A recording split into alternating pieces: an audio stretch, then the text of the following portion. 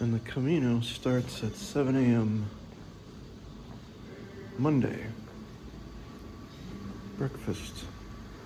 Alone. Just a continuation of Sunday here. Let's not start the work week yet.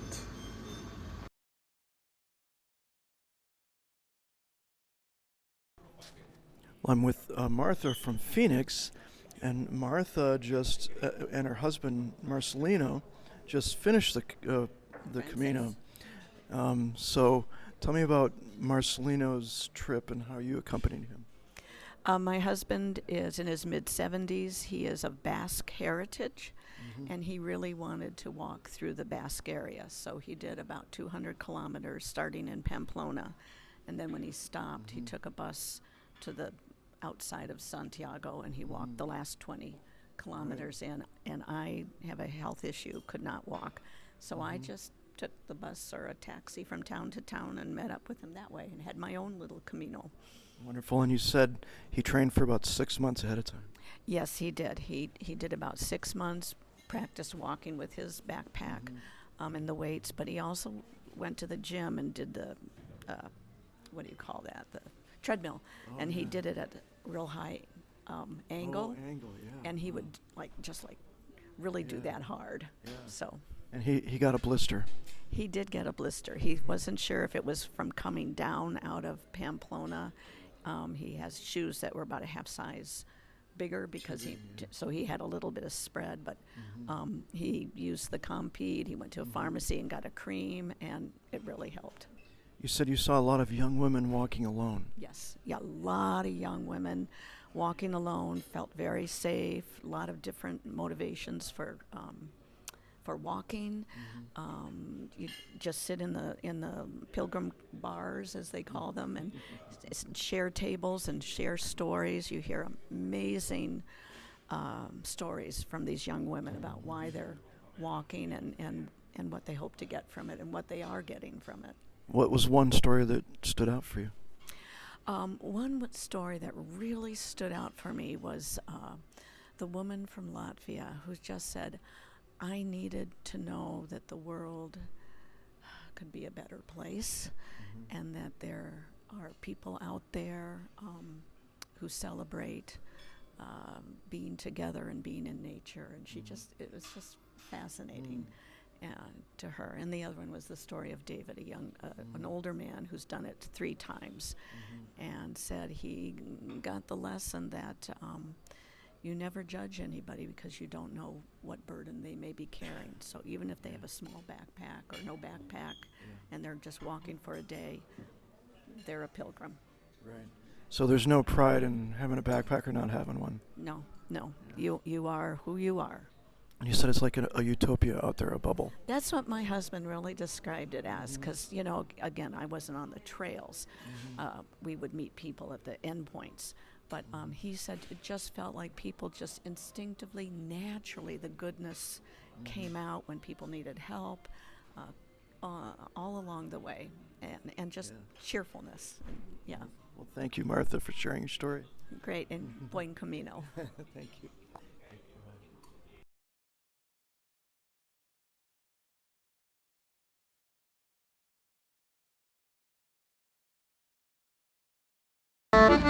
Nico!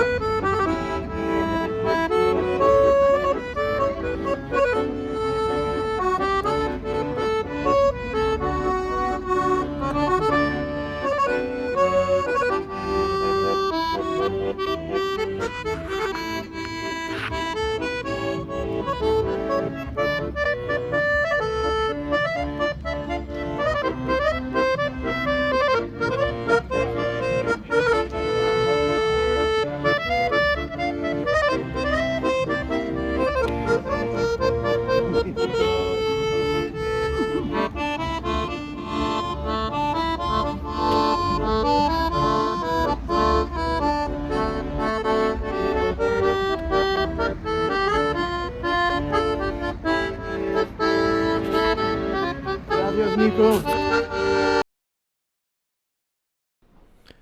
As you saw from episode 2, my kids vitriolically oppose my extensive use of AI, even the smallest bit.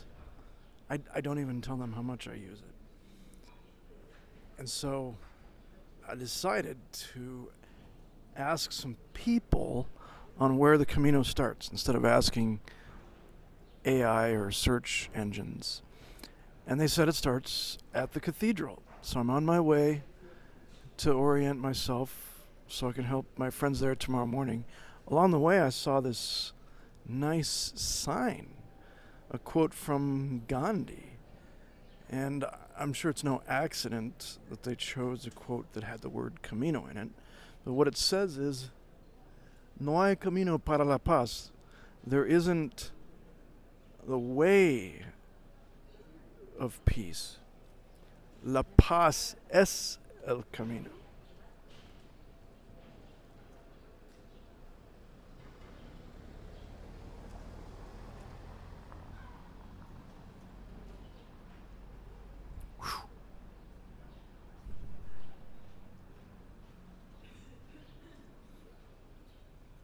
Just hit me.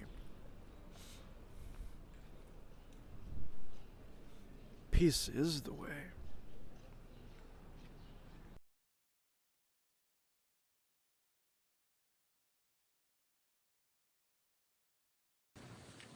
And I'm inside the cathedral, looking behind the main altar. There's temples or chapels on each side. But in front you see there are 20 different scenes on each side of 3 central scenes. And looking closer, roughly speaking, you have most of the Stations of the Cross, but also Mary's sorrows and joys. In the center is, of course, crucifixion, Mary's queenship, and Jesus' kingship.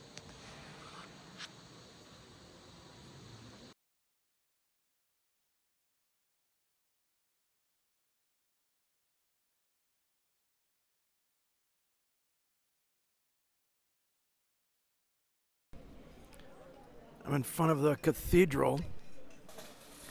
Just had lunch at this corner cafe.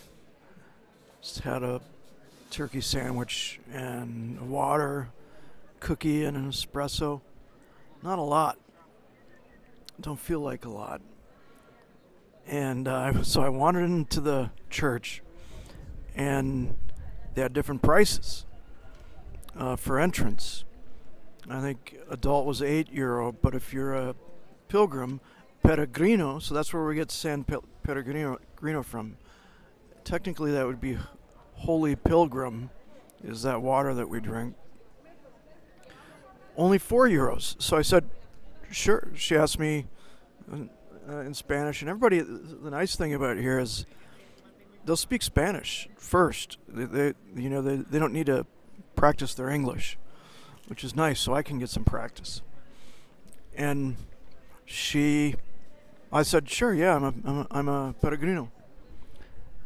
So then she asked me for my booklet, and I was going to not do this booklet thing and get stamped everywhere, because I was thinking, well, that's somebody else's system. I don't need to do that. I don't need to prove anything to anyone, and it's just something extra to carry. And then somebody else has to go through this ritual at the different albergues I stop at. But I had to get one of these things to get the lower price.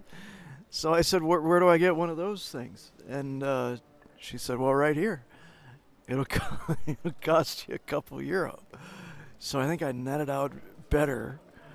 I still got the price off, and now I got a booklet. And I thought, well, this will be the first thing I do. I just stop fighting all these systems and being a rebel. Like, I'm letting that go.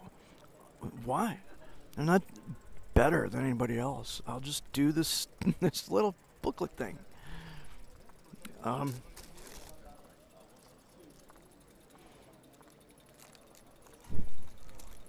I don't know why that.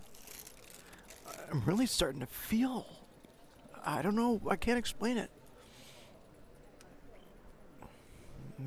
Maybe it'll catch up to me tomorrow. But well, I found out where the shell is.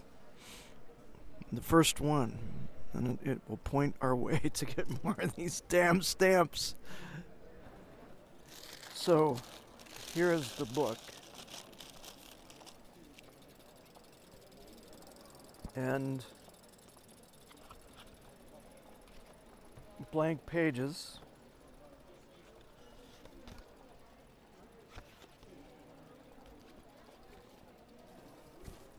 And that's it. I don't know where I get a shell, but I'm starting to see lots of guys and a few gals with their hiking gear.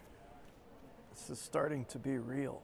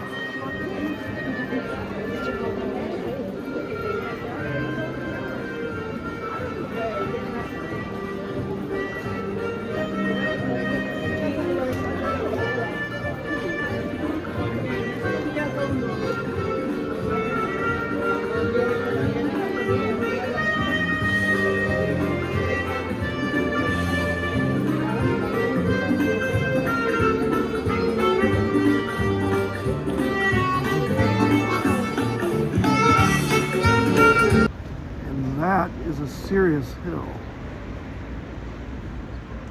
Right outside the bus station.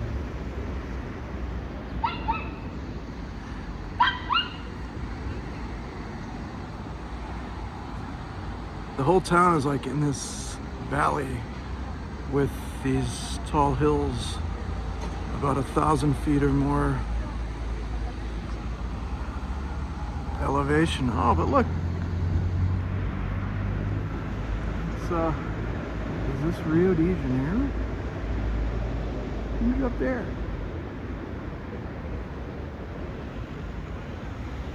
Aloha.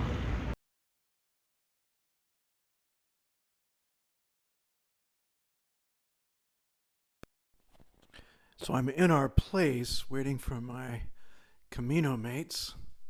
Really nice situation here. We got a 4-bedroom place. So once again, no need for flip-flops, and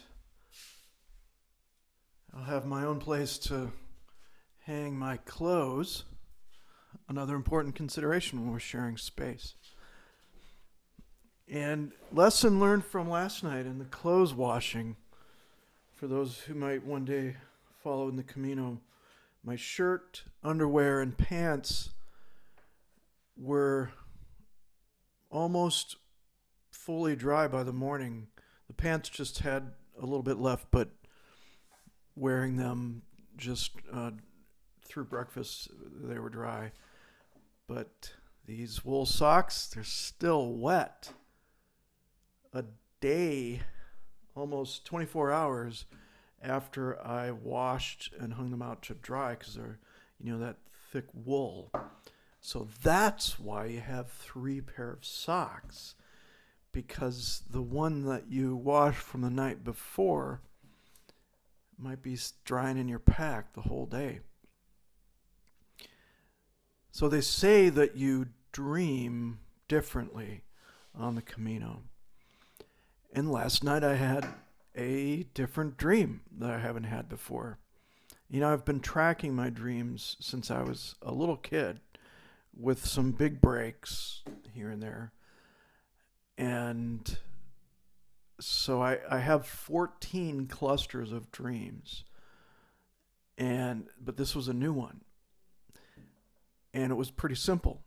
I was driving a car, passenger since forgotten, and I was driving through the Asturias, a landscape very similar to what I drove through in the taxi yesterday. And there was a guy on the side of the road, and he had a sign that said, "Please help." So I stopped. I thought he was going to ask for a ride. He said, "No, we need help looking for a body." So I parked, got out, and I noticed on the hillside it was crawling with villagers making their way down, combing the place looking for the body. And then suddenly somebody yelled, "I've got something." And I went over to him. I was the first one there. And I looked down at the clue that he found. It was a toy gun, and it was pointing in the direction that I had just come from. And it was as if to say, the body is that way. Ooh. All right, my last minutes alone are dwindling, and then I will be with my buddies.